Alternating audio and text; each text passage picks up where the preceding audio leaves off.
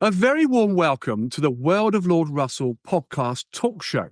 And today's show is a man forever etched in Yorkshire cricket history, which captures the life of a British entrepreneur and the current chairman of Yorkshire County Cricket Club.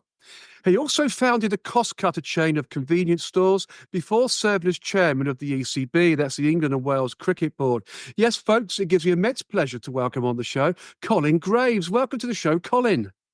Thanks very much indeed, and thanks for the invitation. Absolutely. It's a pleasure having you on. It really is. This is a great story. It really is.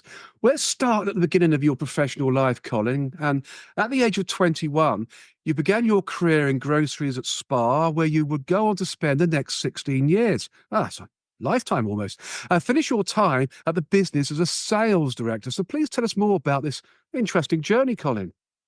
Well, actually, a year before I started at Spar, I worked in a bank.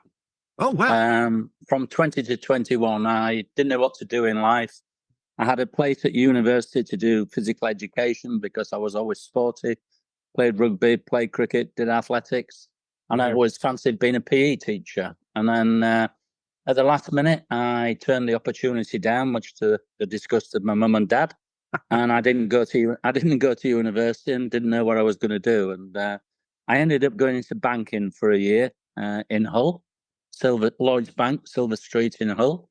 And I did that for a year and hated every minute of it, to be honest, because I hated being sat in four walls all day. Yes. And I was young, I was married early, had a family early, no money. So one of the things which I looked at and thought, right, I need a vehicle. How do I get a vehicle? Become a sales rep. If you became a sales rep in those years, you got a car with a job. So I worked it out, get a sales rep's job, and I was fortunate enough to achieve that goal.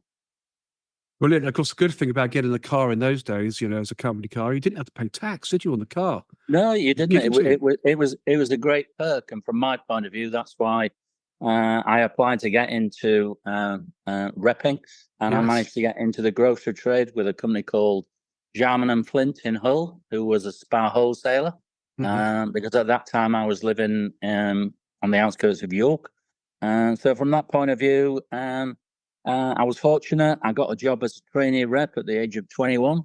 I didn't know anything about groceries at all, about the food industry, but I learned very quickly. And by the time I was 30, 31, I was sales director. So I worked my way through from bottom to the top in virtually 10 years, and had a great background and training in the retail trade. Yeah, fantastic. It was a great intro, actually, those 16 years. And I think that most of us, actually, when we start off in life, we never really know what we want to do we?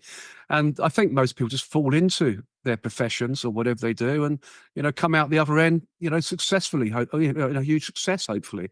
That certainly happened to me. And as I say, the retail trade and the grocery trade, it doesn't run in my family, so there was nothing there to drag me towards it. But I ended up in it and enjoyed every minute of it. I loved it. Fantastic. It's all down to yourself as the individual, isn't it? Not to do as your parents say. Set your own journey out, which you've done, which is fantastic. Yeah, and it was good to do that because virtually it was something I could. I'm pretty much a hands-on individual, so love the actual routine of working in shops, merchandising, laying shops out, all that kind of thing, etc. It went down really well. Fantastic. And after gaining that extensive experience at Spar, you then went on to found Costcutter in 1986. The unique concept at the time revolutionised the grocery sector through its innovative network of convenience stores. So, Colin, please tell us more about this exciting platform that enabled independent retailers to compete with the largest supermarkets. Oh, that's a great thing, isn't it? Through collective buying and marketing. An amazing concept at the time, Colin. Brilliant. Yeah, it was interesting. And it was one of those things, again, I was in the right place at the right time. I've been with Spar for, as you said, a long time, 16 years. And virtually, I knew it was time to do something different. So I was sales director at the time. I was the youngest youngest director on the board. I went on holiday with my wife and family. I came back and handed my notice in on the Monday morning and said, that's it, I'm leaving, which they're all staggered about and couldn't believe it. and said, well, you're stupid doing that. You're throwing everything away. You're 36. You've got a good salary, good pension, healthcare, car, all the rest of it. Mm. And I had nothing to go to. I didn't have a clue what I was going to do. I just knew that I needed to do something different. And I was traveling like 3,000 miles a week all over the north of England, especially. And my wife virtually said to me, well, if you carry on as you're doing, you're going to kill yourself in the car one day. So why don't you look at doing something different? Very wise advice. Very wise advice from your wife. Yeah. It was actually. But as I say, I had no idea what I was going to do. I went on a cricket tour for 3 weeks. She said, go away and get your head in the right place. So I went on a cricket tour down to Gloucestershire for 3 weeks. Played cricket for 3 weeks on a tour. Had a great time. Scored a lot of runs. Enjoyed every minute of it. Brilliant. Enjoyed every minute of it. Came back and out the blue, one of the Spar retailers who I'd grown up with and knew very well rang me when I got back and said, what you doing next Tuesday night? Come round to my house. I just want to pick your brains and have a word with you. And when I went round to his house, he lived just round the corner from me. There was 20 of the ex-Spar retailers who were all there waiting to talk to me and see me. Wow. And they got together because by then it was 2 months down the line and they didn't like what was happening after I left. And they asked me to work for them independently as a consultant, advising them on the business. They were going to stay in Spar and trade as Spar still, but they wanted me to advise them and show them how to run the business more profitably and all those kind of things, VAT, the whole shooting match. So I went away, put a proposition together, got them together 3 weeks afterwards, and 7 of them signed up straight away. Wow. And that was the start of my consultancy business, which I then developed into a fuller concept of a buying organization, sourcing product from the suppliers and doing it through wholesalers to get them a better price. And then 3 years after that, they were still trading in Spar. 3 years after that, the 7 had grown into somewhere in the region of about 30 stores by then who were paying me as a consultant. And they sat me down. I used to get them together every 6 weeks in the Viking Hotel in York. And they sat me down at the end of the meeting and said, right, we want something different now. You've done a great job. We've got 30 stores. We've got some big stores, some big volume. We want our own fascia. We want our own identity. We want to leave Spar. We want our own warehouse. We want you to set it up, basically. And I came away from there thinking, how the hell am I going to do that? That is massive to do because I certainly wasn't flush with cash to do that and set all that kind of thing up. But again, I've been fortunately in the right place at the right time. And a couple of things happened in the next 2 months before I met them all again. Firstly, there was an independent retailer in Mansfield who traded as Sherwood Costcutter, who went into administration. And a company I knew in Barnsley, who used to be a Spar wholesaler, called Bob Willis, RT Willis Discount, bought those 2 stores from the administrator to run them as his own stores under Willis Discount. And I rang Bob Willis up and went to see him. And I said to him, basically, what you're doing with the name Costcutter. And he said, well, I'm not going to use it. I'm going to trade those 2 stores as Willis Discount, as I've said. And I said, well, can I buy the name off you? So he said, by all means, give me a £5 and you can have it. and that's how I got the name Costcutter. So I bought the name off him, registered the company. And while I was there, I cheekily said to him, well, if you're going to do that, then Bob, you've got a distribution centre in Barnsley. You're servicing, by then he had something like 85 of his own stores in Yorkshire. Will you service my 30 stores, who were virtually passing the doorsteps anyway, who were all in Yorkshire? Will you service my 30 stores with product, with milk, with bread, and all the other things that he was doing? And he virtually politely told me to go away. He said, I used to do that when I was a Spar wholesaler. I don't want to go back into that.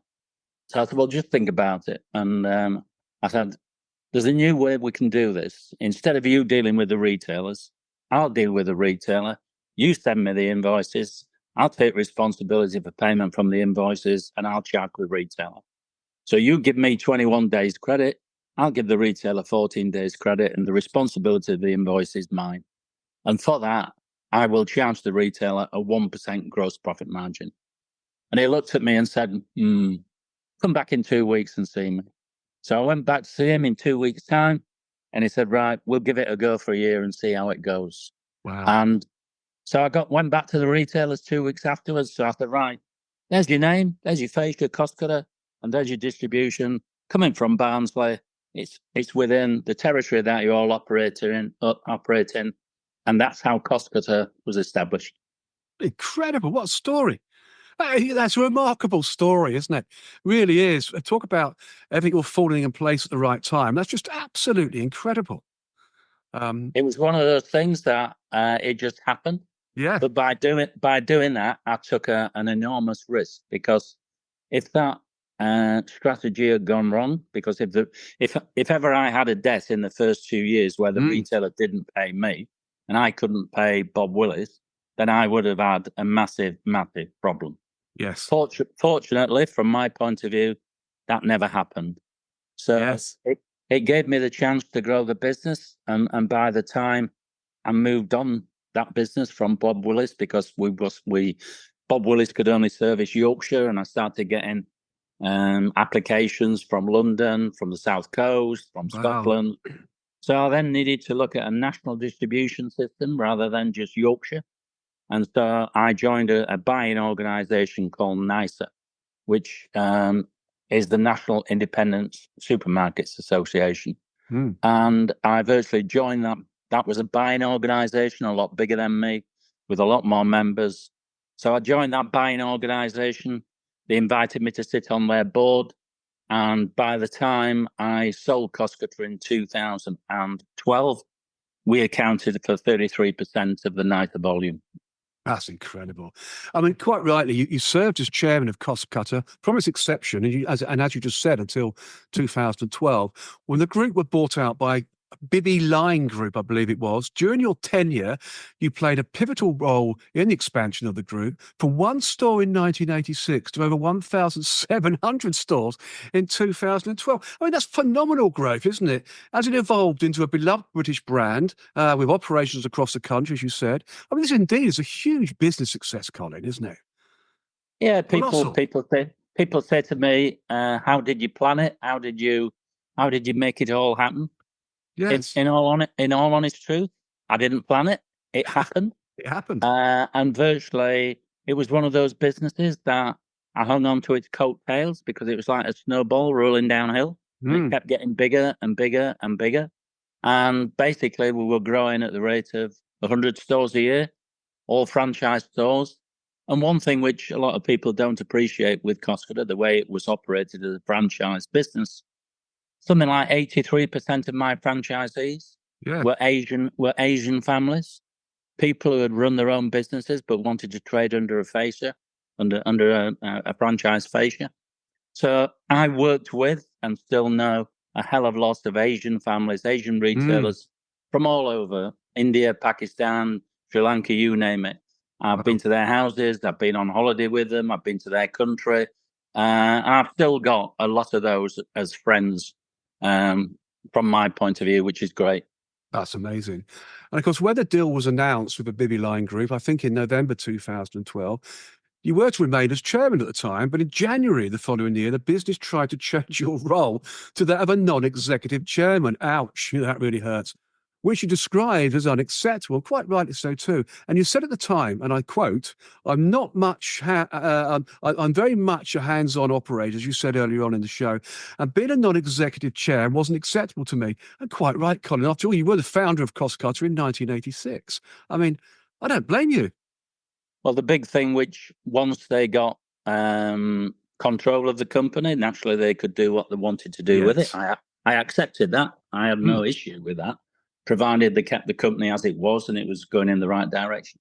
Correct. So Michael Bibby, who was the chief exec of Bibby Line Group at that time, decided very quickly that he wanted to take the business in a different direction with a different distribution buying partner. So he wanted to leave NISA and set up a buying organisation with a company called Palmer and Harvey. And I said to him, if you go down that direction, then I'm leaving. because it's the wrong thing to do for this business, even though you've paid me my money, which is fine. Yes.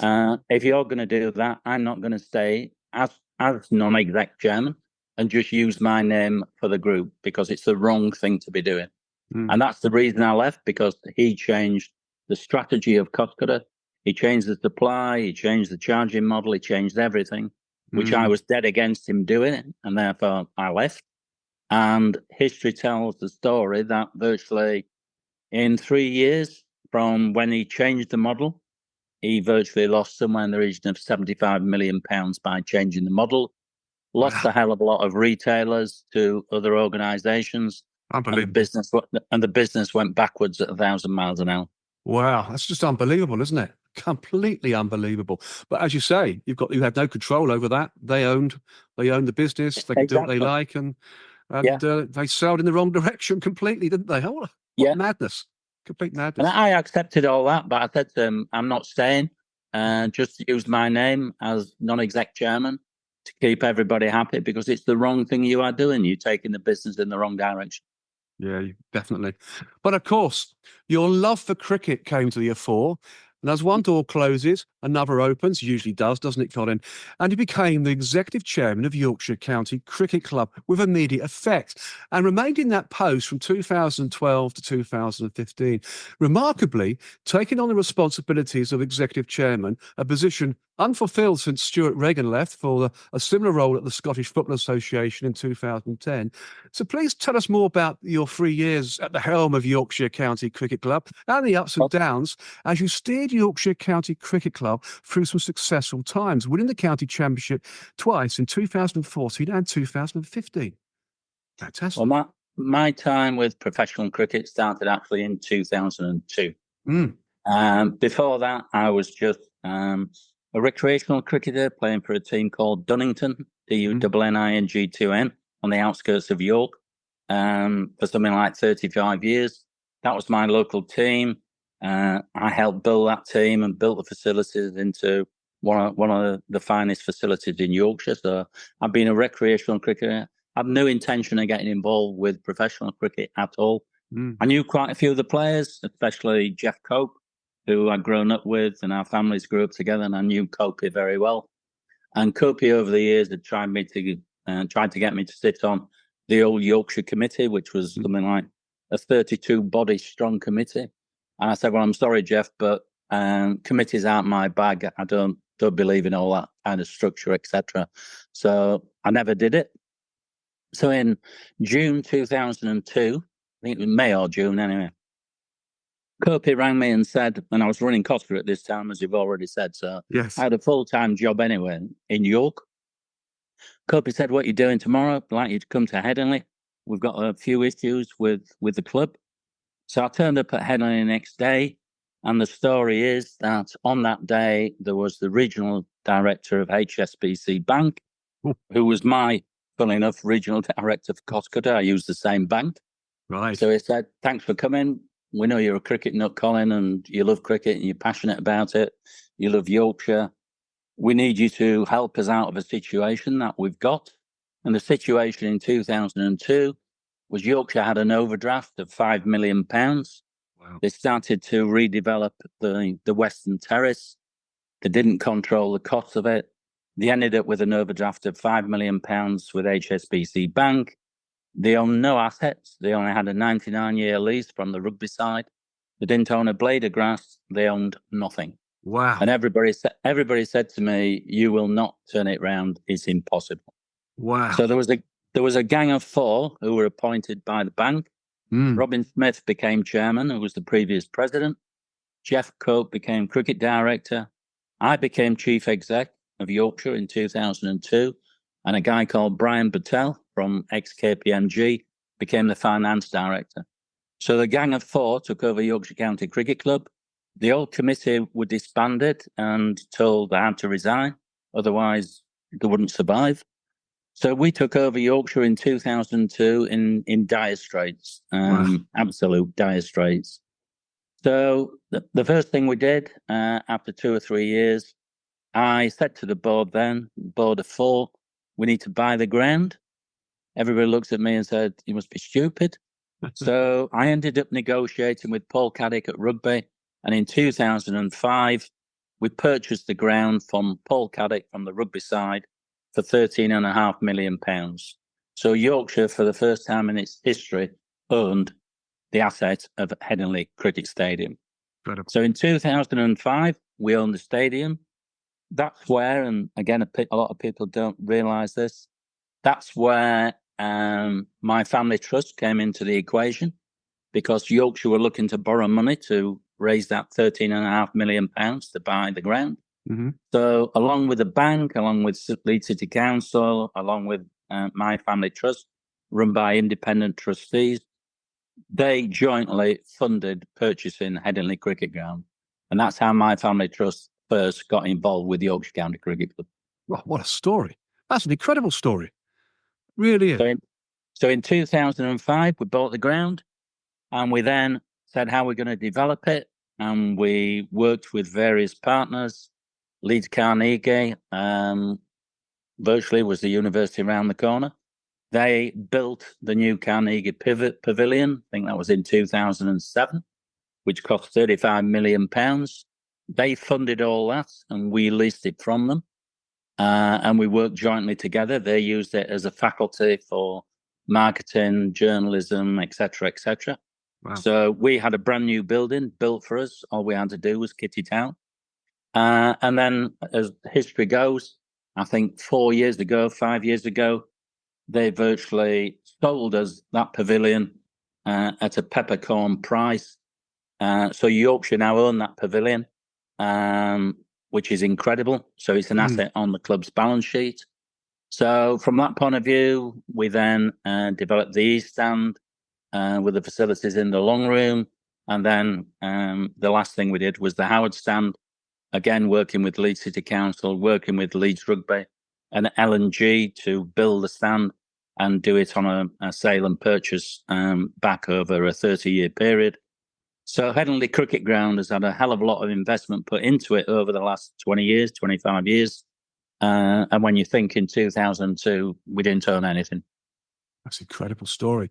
In fact, Yorkshire County Cricket Club have in fact won the Cricket County Championship no less than 32 times since 1893. So it shows the rich history of Yorkshire County Cricket Club. It really does. So a hugely successful cricket club, of which you presided over with those 2 championship wins in 2014 and 15. In fact, I think 2015 was the last time Yorkshire won the first-class cricket crown. So you must feel extremely privileged and honoured to be part of the club's incredible history. And what you just said, Colin, says it all, really, doesn't it? Amazing. Yeah, it's one of those things. If you're a Yorkshire person, cricket's in your blood. Yes. I was brought up on a farm. I had a dad and 2 brothers who all played cricket. I think I can remember picking up a bat when I was 5 years of age. We had our own cricket pitch in the field. All our friends and relatives used to come and play cricket. So I've been playing cricket since I was 5. I virtually started playing league cricket when I was 13, and I finished playing league cricket, I think, when I was 60, basically. Right. So from that point of view, it's in your blood. It's a heritage. And that's why over the years, I've done the things I've done for Yorkshire County Cricket Club, because it is part of my life. There's no way I can sit here and watch Yorkshire County Cricket Club disappear and go into administration. That would have been a disaster for that time. Absolutely not. That can't happen. That really can't happen. So I'm with you on that, I can assure you. And what was Martyn Moxon like to work with, who was the director of cricket at the time and of course, a former first-class cricketer for Yorkshire and England? Martyn Moxon was a great guy. In fact, it was me who I put the team together with the executive at Yorkshire over the years I was there, and made sure we got the right people running the club. And at the time, Martyn was at Durham as director of cricket. He'd gone up there. He'd been badly treated by the previous regime at Yorkshire, which they seemed to be good at doing that over the years. So Martyn went up to Durham and was doing a really good job with Durham. Still lived at Wetherby down the road.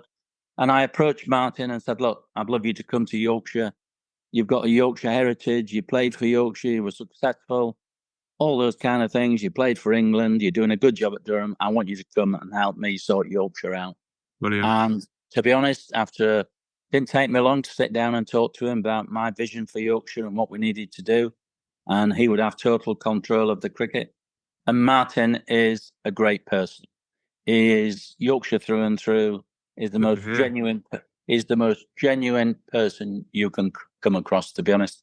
And Martyn, and I know all the things that have been said and printed over the last 3-4 years. Martyn Moxon has not got a racist bone in his body and wouldn't know how to be racist. Well, I've heard about all of that stuff, and to be fair, I've kept it out of this script because it's just what gets printed in press by the press these days, in newspapers and the like. It's just unbelievable, isn't it? It really is. It's sad, to be honest.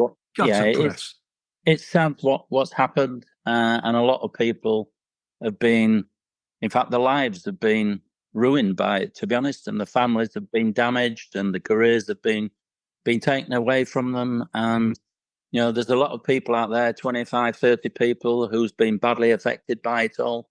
And that was another reason for me to go back to Yorkshire, is to make sure that these people somewhere down the line can be rehabilitated into a scenario where they can hold their head up high, because they deserve that. Yeah, I quite agree with you. Enough to be said about the gutter press, I'm afraid. It's terrible in the UK. It really is. It must be one of the worst, press environments in the world, I think, this country. But anyway, enough said about that. And of course, in your time as executive chairman of Yorkshire County Cricket Club, you had the honour of working with 2 other Yorkshire County Cricket Club icons and legends, with club presidents, and this guy needs no introduction, Sir Geoffrey Boycott, of course, in 2012 and 2014. What a gentleman. And of course, the fantastic umpire Dickie Bird in 2014 and 2015. These are 2 huge names in cricket, and quite simply need no introduction, of course. Huge characters with huge personalities. So there must be some great moments and stories you could share with us, Colin. Geoffrey Boycott, Dickie Bird. There has to be, doesn't there? Well, to be honest, there's even more, because virtually from my time at Yorkshire, the presidents I served under, yes, and this is going to make you sit up, was Bob Appleyard. Oh, wow. Brian Close. Oh, Brian Close. Ray Illingworth. Oh. Geoffrey Boycott. Of course. And Dickie Bird. So those are the presidents I was honoured to serve under. And I got to know those people really, really well. And they're just, again, genuine Yorkshire people who are passionate about Yorkshire cricket. And like me, they live and breathe Yorkshire cricket. And again, there's a little story which I'll share with you, because, again, I think it's interesting to see how Yorkshire evolved and how Yorkshire developed. When I went to Yorkshire in 2002, those people I've mentioned, the ex-great players, were not on friendly terms. They were very divided. They're very that had ups and downs between one another over the years. And the first thing we had to do was we built the new East Stand, and we were talking about at the board who we were going to ask to open the East Stand. And of course, somebody said Close, somebody said Boycott, somebody said Illingworth. And then somebody said, well, do you realise that whichever one you choose, you're going to have a problem, because they don't get on very well at all. So I said, right, leave it with me. So very mischievously, I rang each one of them one by one and said, right, what you're doing on Wednesday, the 18th of May, whatever date it was, I'd like you to come along and open the new East Stand for us as an ex-Yorkshire great and all the rest of it. So naturally, they all said, oh, yeah, that's great. I'll come and do that gladly. But I didn't tell them at the time that the others were coming as well.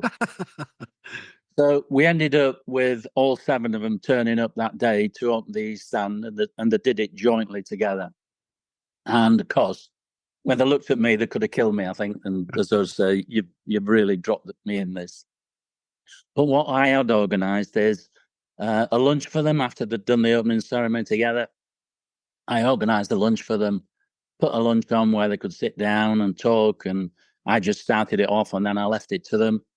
And those guys stayed there together until about 7 o'clock at night. And from that day onwards, they became friends. Wow. They got to know one another better. They virtually severed the differences, and they worked together and did everything to help me develop Yorkshire into what it was. And they then took on the presidency when I asked them, because they could only do it for 2 years. So one by one, they became presidents of the club. And we all worked together to get Yorkshire into where it was in 2014 and 2015 to win consecutive county championships. Absolutely. Oh, what an amazing thing to do. Oh, yeah, it was mischievous, but actually a brilliant process, wasn't it, really, Colin, to be honest? You did very well with that. I like it. I'm bowing on to my own heart, you are. It works. Fantastic. And of course, you were also elected Deputy Chairman of the England and Wales Cricket Board, the ECB as we know it, in April 2013. And in 2015, you succeeded Giles Clarke as Chairman to serve until 2020. Another massive role to play in cricket, Colin. And of course, you were still the Executive Chairman at Yorkshire County Cricket Club whilst you were Deputy Chairman at the ECB. I mean, how did you juggle those responsibilities? Well, what happened in those days, it's changed since now, the way you got elected onto the ECB board, because in those days, the ECB board was made up of 4 county members. It was made up of MCC. It was made up of 4 independent directors. So it was a different structure. And the way you got elected onto the board was the county chairman used to have an election. So you virtually had what they called 2 Cat A and 2 Cat C members. So when it came to the Cat A's, the international grounds, coming to an election for their representative, I got asked by the others to put my name forward and represent the Cat A grounds, which was an honour from my point of view, because I didn't know any of them from Adam, to be honest. I'd just come into it new. So they asked me to go on the board and represent the Cat A grounds, which I did, along with the 3 other county chairmen at that time, which was Peter Wright, Ian Lovett, and Andy Nash at Somerset. So there was 4 of us who represented the counties. There was Matthew Fleming at MCC. And then virtually that's how I got elected on the board. And then after 2 years, the deputy chairman came up for a renewal. And the person who held that position was a guy called Nigel Hillier from Essex, who had held that position for a number of years. Again, the county chairman and the board, members on that board, asked me to stand for an election for deputy chairman, which I won the election to become deputy chairman as a vote amongst all the counties. And then 2 years after that, the chairman's role came up again for re-election. And the county chairman again asked me to stand against Giles Clarke. And I said to them, well, Giles has been in position for nearly 12 years. Are you sure that's what you want? And they all said, yes, they did. So I sat down with Giles and said, look, I've been asked to stand against you. I don't want an election. I think you've been here 12 years. They want change. They want me to have a go at it and do it. So can we come to some sort of compromise between us? And that's what we did. And nobody else stood against me. So I got elected unopposed as chairman of ECB in 2015. Fantastic. What a journey that is. So from 2002, I was chairman of Dunnington Cricket Club, playing in the York Senior League. And in 2015, I was elected chairman of English cricket. Fantastic. And I kept thinking to myself, how the hell did that happen? Yes. Basically, I never looked for it. I didn't go asking for it. I never pushed it, because all that time I was still running my business at Costcutter until 2012. So I had a full-time job anyway, running a big business and running Yorkshire and getting that in the right place and doing ECB roles. So I was a bit busy. You were a bit busy indeed, yeah. What a journey that is. An incredible journey. And not surprisingly, you were appointed a Commander of the Order of the British Empire, CBE, in the 2020 New Year's Honours for services to cricket. Well, I mean, what an honour, Colin. I mean, please tell us more. And of course, where did you receive the CBE and from whom? Yeah, again, that was something which was one of the highlights of my life so far. I never anticipated anything like that, because the honours and all that kind of system have never been something that I'd even thought about or aimed for. But that was done on the back of England winning the World Cup in 2019. I chaired the World Cup board for organising that 2019 competition in England and Wales. Fantastic. It was a great story. It was a great adventure. We run that for 4 years and made it happen. It was, I think, the most successful World Cup tournament there's ever been. The amount of tickets we sold was phenomenal, something like 93%. The grounds were sold out. And of course, the ice cream on top of the cake was virtually England winning that World Cup in 2019. Yes. Which is a day I'll never forget. It was unbelievable. And to be part of that journey, I was proud and privileged to be there and hold that position at the time. And then unexpectedly, I received the news on the 20th of December that I was going to be given a CBE. So I was highly delighted with that. And I actually got my CBE at Buckingham Palace, and I was presented it by Prince William, Yes. who was excellent. And it was a proud day for me to receive that on behalf of Services to Cricket. Of course, a massive, massive honour, and well deserved too. Your time in cricket, you deservedly received your gong, shall we call it, at that time. Quite rightly so too. And in 2023, you were looking to return to Yorkshire County Cricket Club as executive chairman again, but pulled out of the race to become chairman. And in doing so, taking a little swipe at the board too, accusing the board of acting negligently and against Yorkshire's best interest by rejecting your offer to help save the club. So what was this all about, Colin? After all, Yorkshire County Cricket Club is in your heart and soul. It all sounds quite drastic again too, doesn't it? It was, unfortunately, because the board at that time, in 2023, were getting themselves into a financial situation. They were looking to refinance the club, which was well known and well documented throughout the press and everywhere else. And I got asked by the board in February 2023 if I would look at putting an offer into them to refinance the club and what that looked like. I put that offer in, and it dragged on and dragged on and dragged on till about June time. I was getting mixed messages. I was going nowhere with it. So in June, July time, I just said to them, look, you must have better offers on the table.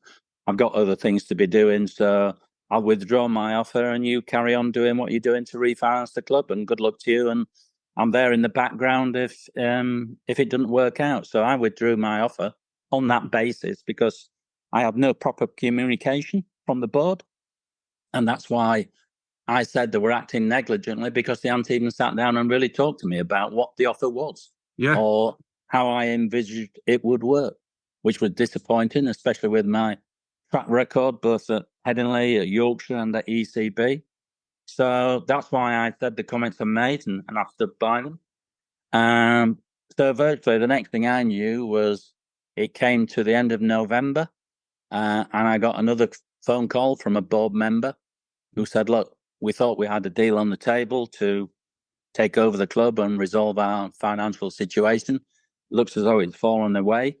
Would you like to put in your offer again to help refinance the club and take it forward?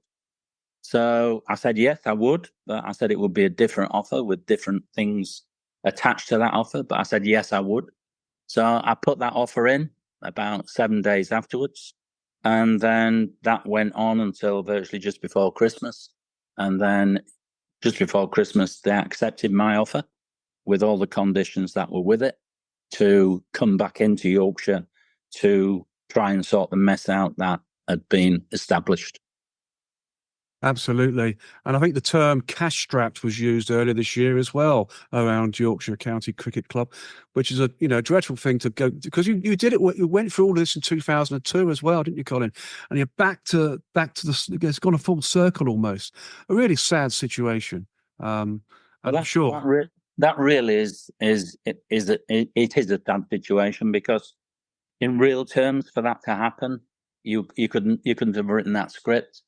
But basically, when I got re-elected by the members to come back as chairman on the 9th of February 2024, yes, I went back in there and virtually found a £7 million black hole, which was absolutely huge, considering that from 2015, when I left Yorkshire, to 2021, that business had made a profit every year. And it had paid its debt down from £23 million in 2015 to £15 million in 2021. So it paid £8 million worth of debt down, being profitable every year, being successful on the field, and everything was going in the right direction. And it ticked all the boxes regarding what we were doing as a cricket club. Fantastic. Yes, indeed. I mean, you succeeded the interim chair, of course, Baroness Tanny Gray-Thompson, who's a mutual friend, of course, who will remain on the board as a non-executive director, and previous chair, Harry Chaffley. I think I pronounced his name right, but correct me if I'm wrong. And of course, the Yorkshire members accepted a loan offer that you've just said to the debt ridding club from yourself and your consortium. And of course, you previously served as executive chairman as well and helped save the club from the financial ruin in 2002, as we just said. You could say you are, and I'll use this term now, forever etched in Yorkshire history, the title of this show. It's a wonderful story, isn't it? You're back there again. It is. And if somebody had written that story, I wouldn't have believed them. And I don't think many people would have been. The previous board, to be honest, got into this financial difficulty, and all of them now, Baroness Tanny Gray-Thompson, they've all now left the board. We've got a total, completely new board. Harry Chapley stood down. So we brought people in like Philip Hodgson, who used to play cricket for Yorkshire. Yes. Philip ran the MCC Foundation very successfully, steeped in Yorkshire history on cricket, a sound, solid businessman as well, and he's put money into Yorkshire to help us through financial situation. We've got people like Sanjeev Gandhi, who sat on the 100 board when I established the 100 at the ECB. Sanjay's a very wise counsel, very astute businessman. We've got people now like Catherine Shriver-Brunt. We've got Karen Woodhouse, who virtually is at the LTA and has worked in rugby league. And then the other person I brought in was Sanjay Patel, who was the managing director of the 100 and worked with me at the ECB. And then the last one is Ian Townend, who represents the members on the board. Again, Ian's steeped in cricket history in Yorkshire. Both he and his son played cricket, recreational cricket, successful businessman. So what I've tried to do is to get a very tight-knit board together who understand the Yorkshire, understand cricket, understand business, what it's all about. And we are now starting to get to grips with it and turn it around. That's fantastic to hear. It really is. I mean, you did say, and I quote, "It was your intention to work tirelessly with the board to resolve the financial position in which the club currently finds itself and to restore financial stability and sustainability to Yorkshire cricket for generations to come." You also stated at the time, and I quote, "It is my personal pledge to members and to the entire Yorkshire public that regardless of background, community or ethnicity, all will be welcome in the fully inclusive culture and environment of Yorkshire County Cricket Club. And in addition, there will never be any exceptions. Lessons have been learned and will continue to be acted on as we move forward and focus on the future of our great club." A huge task awaits you, Colin, doesn't it? But beautiful words. Absolutely fantastic. Yeah, it is a huge task because virtually what we've gone through from the racism situation that was experienced. I think everybody's learnt lessons by that. We have now got structures in place and people in place for EDI, for equity, diversity and inclusion. We've got now a separate department who runs that. It's gold standard, to be honest. I went back in there and it is really gold standard. It's top of the tree. Our safeguarding people regarding the children and the kids and everybody else that come into cricket and made sure we look after them properly. Our whole structure is changing dramatically with the pathways. That's going to be redefined as a proper pathway. So yeah, there's a massive job to do in there. But the culture now of that club, I can assure you, is open to everybody. We welcome everybody at Headingley. And Yorkshire County Cricket Club, I can assure you, is certainly nowhere near being any racist institution whatsoever. Yeah, I completely agree, and I fully accept that's the case.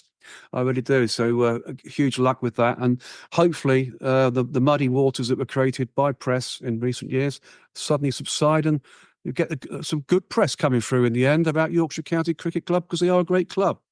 I mean, you are truly a great man, Colin. There's no doubt about that. Your heart, mind, and soul is in Yorkshire County Cricket Club, and that's coming across really on this show as well. It's good to hear. It's fantastic. Thanks very much indeed. No, you're absolutely welcome. Now, back to business. There's back-to-back business here. Business and sport always go hand in hand, I always find. Now, back to business. For the last 6 years, you have served as chairman of the advisory board of NISA, a key partner of Ascona Group, in keeping with Ascona's strategy to develop the next evolution of roadside retail destinations with first-class or first-rate convenience stores. I understand, Colin, you will also play an invaluable role supporting the executive team to realise its strategic ambitions. This sounds like a great venture, Colin. Yeah, it is. The person virtually who's the MD and the CEO of Ascona Group is a guy called Darren Briggs, who I've known Darren for 20 years. His background is in fuel retailing, petrol stations. And when I sold Costcutter, he had a couple of stores then. Since then, he's grown and developed into, I think he's now got 75, 76 locations around the UK. And when I stood down from the NISA board as chairman of NISA, when my term came to an end, he rang me and said, would I go on his board to help him with his strategy for the next 5 years to continue developing the business, growing the business. So I jumped at the opportunity to help him because I know what it's like when you're in business, starting off that kind of situation. You need as many good people around you to point you in the right direction. And hopefully I'm starting to achieve that with him. And fingers crossed, job, it's all going very well. That's good to hear. That's very good to hear. You've been in that position yourself, haven't you? Starting, Costcutters, so you know exactly what it's like to have the right people around you. Yeah, exactly. And it's important, to be honest, that you get the right advice and you're used as a sounding board. What to be doing in the next 12 months? Look at the market, find out which niche you need to be jumping into, etc. So, I think I've been able to bring something to the table to help Darren and the rest of the board. And we're going in the right direction with that as well. So it's looking positive. Oh, that's good to hear. And of course, to add additional credence to your role at Ascona, Darren Briggs, as you just mentioned, the founder and chief executive officer of Ascona Group, commented, and I quote, "We are thrilled to welcome Colin to the Ascona family." Oh, that's a nice word, isn't it? His unparalleled expertise in the convenience retail sector and visionary leadership are exactly what we need to help us execute our strategic ambitions.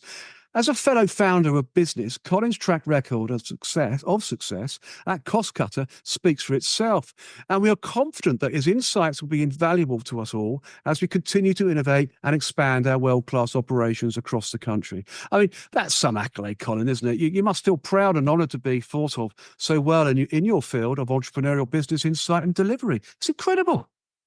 Yeah, when people say that, I have to pinch myself and think, is he really talking about? Is he really talking about me? Well, of course he is.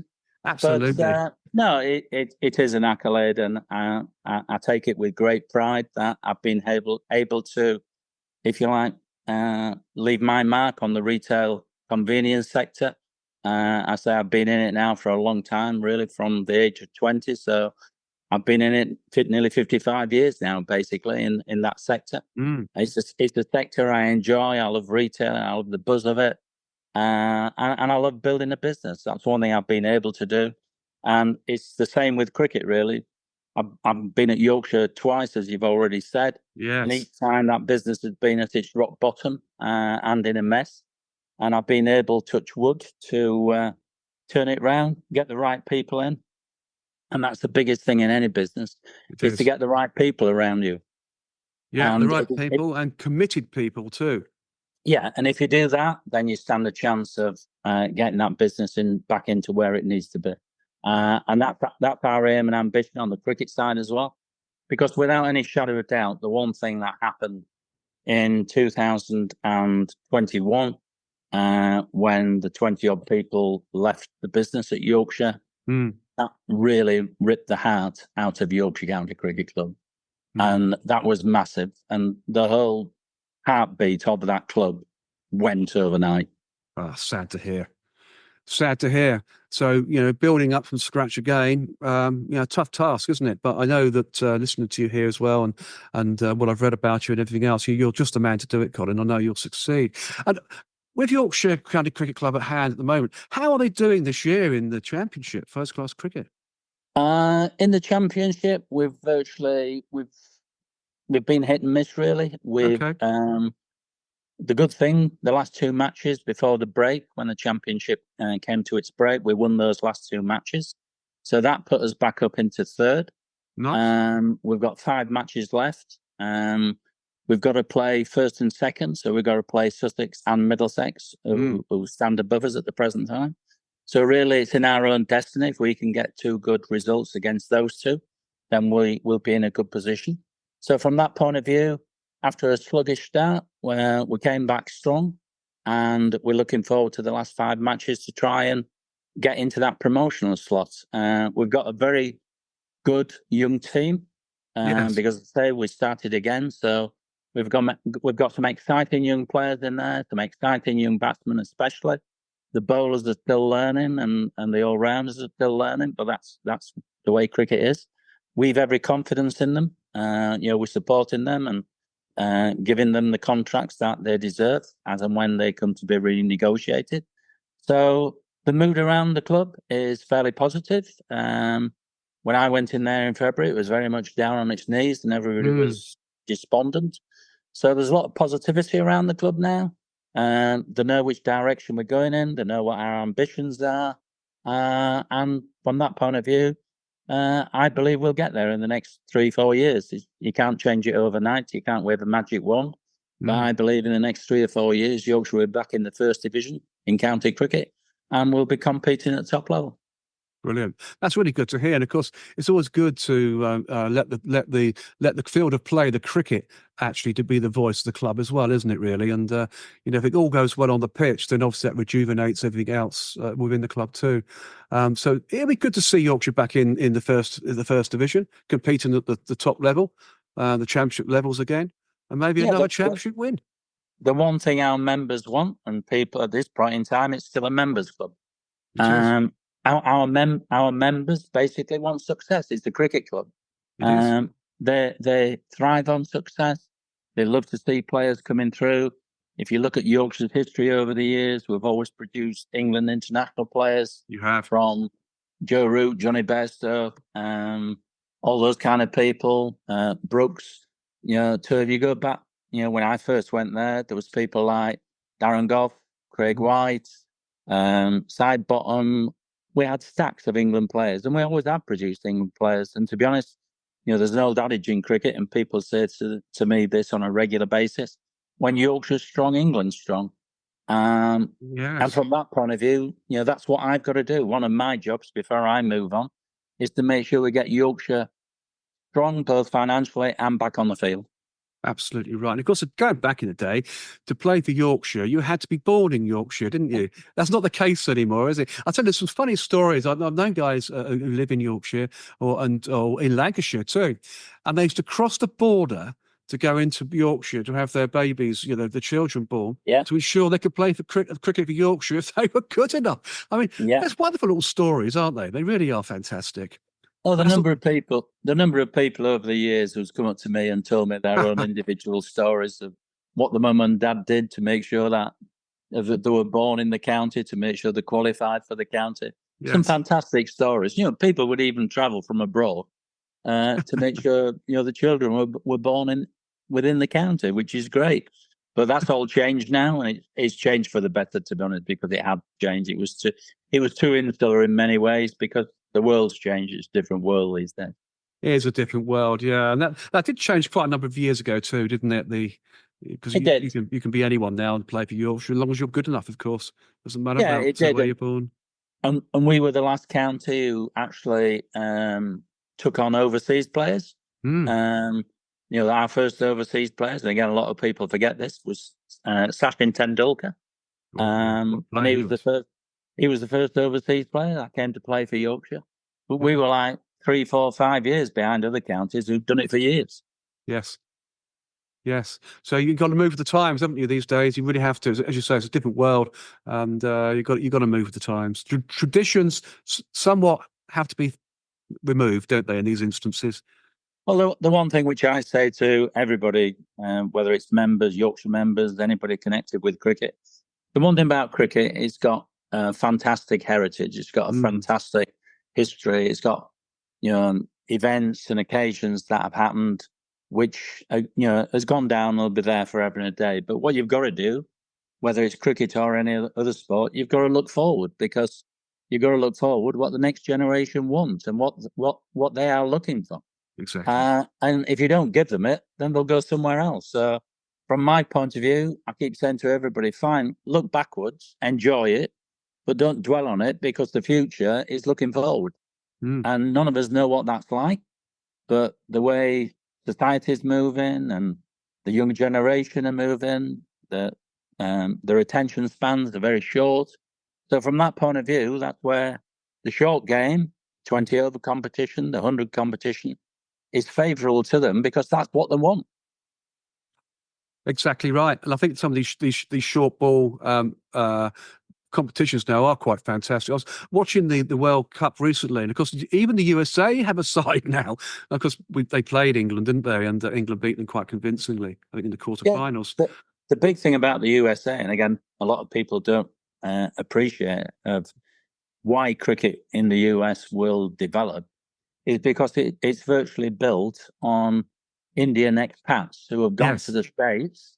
And a lot of these Indian expats have now become wealthy individuals in big businesses in the States who want to build cricket grounds. There's going to be somewhere in the region of, I think, 7 or 8 new cricket grounds built in the next 5 years, all 25, 30,000 seater stadiums built across the US. And when you get that, then cricket will become a force to be reckoned with. It'll have finance from financial investors. It'll have players who'll go play over there. The worrying thing from an English point of view is, for the first time ever, we're going to have competition in our time space, because it's the first one in the Northern Hemisphere. All our other competitors play in the Southern Hemisphere. If US come on board, which they're going to do, they're going to be playing during our cricket season. Yes, indeed. And Canada too, as well. They've got a side, haven't they, that play. So, there are. So there's 2 huge potentials in our time zone, Northern Hemisphere. They have. And do we dare believe that maybe USA will become world champions of cricket? It's possible, isn't it?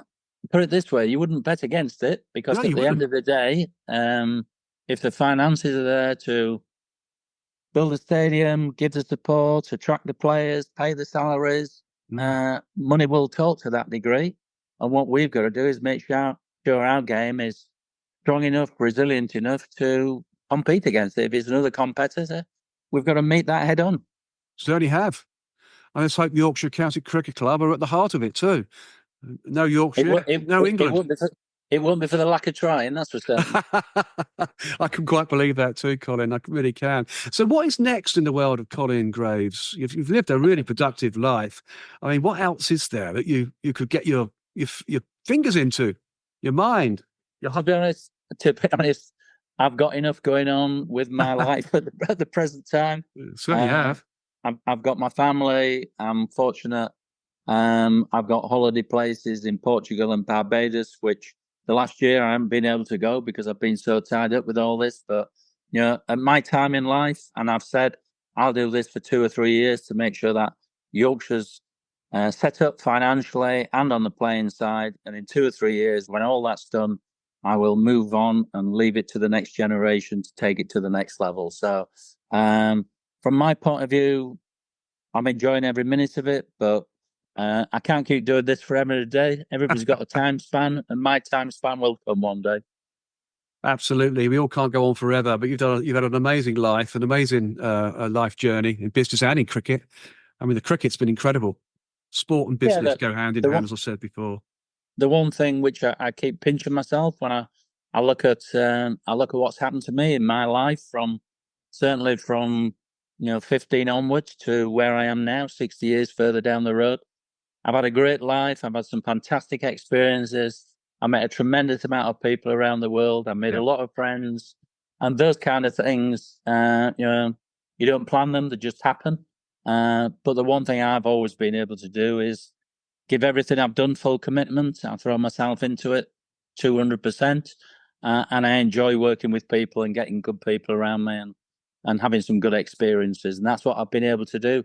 And I want to continue doing that until somebody says to me, taps me on the shoulder and said, time to put your feet up. Yeah. Absolutely. Yeah. Keep going whilst you can, Colin. I quite agree with that. Yeah. But as always, we've done the hour, just over.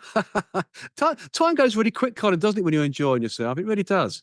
That's gone really quick, to be honest. I've enjoyed every minute of it too. Yeah, I have too. It's been a fantastic discussion, great show, and it's great to hear your views around your business entrepreneurship, and of course cricket in general. Wonderful stories. And as always on the World of Lord Russell podcast talk show, we could talk forever, Colin, I'm sure, about your life in business and in first-class cricket. I could sit here, to be honest, for another hour, 2 hours, telling various stories of what's happened to me through those last 60 years. Well, maybe we'll get you back on again. We'll do a Colin Graves episode 2. Why not? Because you've got a huge history, and it's and I'm sure. I know the listeners will love listening to this because it's been a remarkable show. It's incredible. So yeah, we can invite you back on again. Happy to do that. Not a problem at all. Thanks very much indeed, and I've really enjoyed it, and I appreciate the chance to do it. Oh, great stuff. It's been a huge pleasure as always. And as always, the pleasure is all mine. And of course, the show's audience when this podcast is released on the World of Lord Russell podcast talk show and the Lord Russell Baker YouTube channel. Thank you, Colin. Ladies and gentlemen, I'll give you Colin Graves. I'm doing a clapping of the hands here. Fantastic show, Colin. Absolutely incredible. Do you mind hanging on just for a couple of minutes afterwards, and I'll just wrap up? No problem at all. Thank you, Colin. You're a gentleman as always. The next episode on the World of Lord Russell podcast talk show is English Cricket's Barmy Army. Yes, another cricket episode here, where my special guest will be Chris Millard, who is a passionate advocate for the sport of cricket and the Barmy Army, and is managing director of Emprise Group Limited, leading an ever-growing portfolio of global brands in sport, tourism, and leisure, which include the Barmy Army Travel, the R66T Academy, and Emprise Digital. And of course, I'm looking forward to seeing you all on the inside. So until then, it's au revoir from him and au revoir from me.